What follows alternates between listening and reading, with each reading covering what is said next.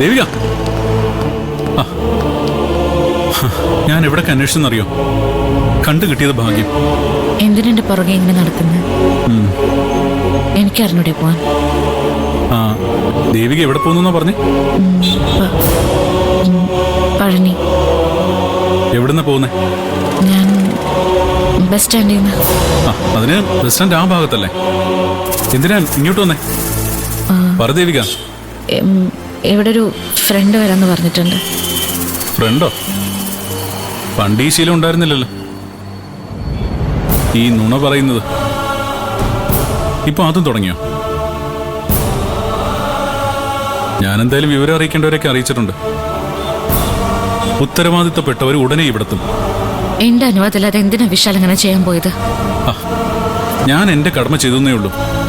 പരിചയമുള്ള സ്ത്രീയെ റോഡിൽ വെച്ച് കണ്ട, അതും ചോദിക്കുന്ന ചോദ്യങ്ങൾക്ക് കൃത്യമായിട്ടുള്ള ഉത്തരം പറയാനും പറ്റുന്നില്ല.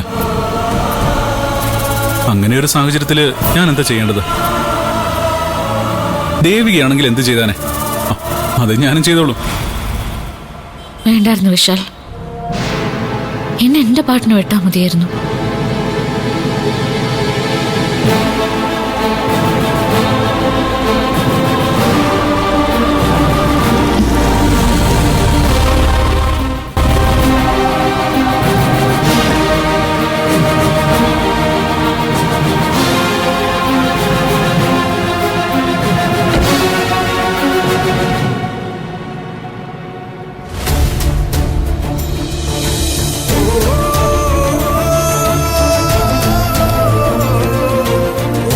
ദേവിക, ചെന്ന് വണ്ടി കയറ്. എന്തിന്? ഞാൻ വരുന്നില്ല. പിന്നെ എന്ത് ചെയ്യാനാ പോകുന്നത്?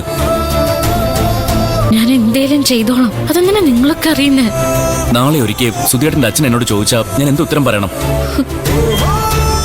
സുധിയേട്ടന്റെ ഹൃദയം എന്റെ ഉള്ളിൽ ഇരിക്കുന്നിടത്തോളം കാലം ദേവികയുടെ കാര്യത്തിൽ എനിക്കൊരു ഉത്തരവാദിത്വമുണ്ട്. അത് ഞാൻ ചെയ്യും. സിദ്ധു പറയുന്ന അനുസരിക്ക് ദേവിക. പ്രശ്നങ്ങളില്ലാത്ത മനുഷ്യനുണ്ടോ? എല്ലാം പരിഹരിക്കണം, അതല്ലേ മിടുക്ക്. സുധിയേട്ടന്റെ അച്ഛൻ തിരിച്ചു വരുന്നത് വരെ ദേവിക ഞാൻ എങ്ങോട്ടും വിടത്തില്ല. അച്ഛൻ വരട്ടെ, എന്നിട്ടൊരു തീരുമാനം എടുക്കാം. എന്റെ കാര്യത്തിൽ തീരുമാനം എടുക്കാൻ സിദ്ധുവിന് എന്താ അവകാശം? അവകാശോ? എനിക്കോ? ദേവികയെ കെട്ടാൻ തീരുമാനിച്ചിരുന്നയാൾ, അതാണ് ഒന്നാമത്തെ അവകാശം. നാളെ ഒരിക്കൽ ദേവിക ഞാൻ കല്യാണം കഴിക്കും, അത് രണ്ടാമത്തെ അവകാശം. വീട്ടിലേക്കല്ല നമ്മൾ പോകുന്നത്, ഹോസ്പിറ്റലിലേക്കാ.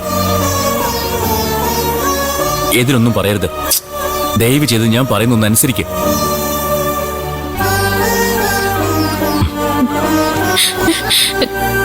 വാ, വന്ന് വണ്ടി കയറ്.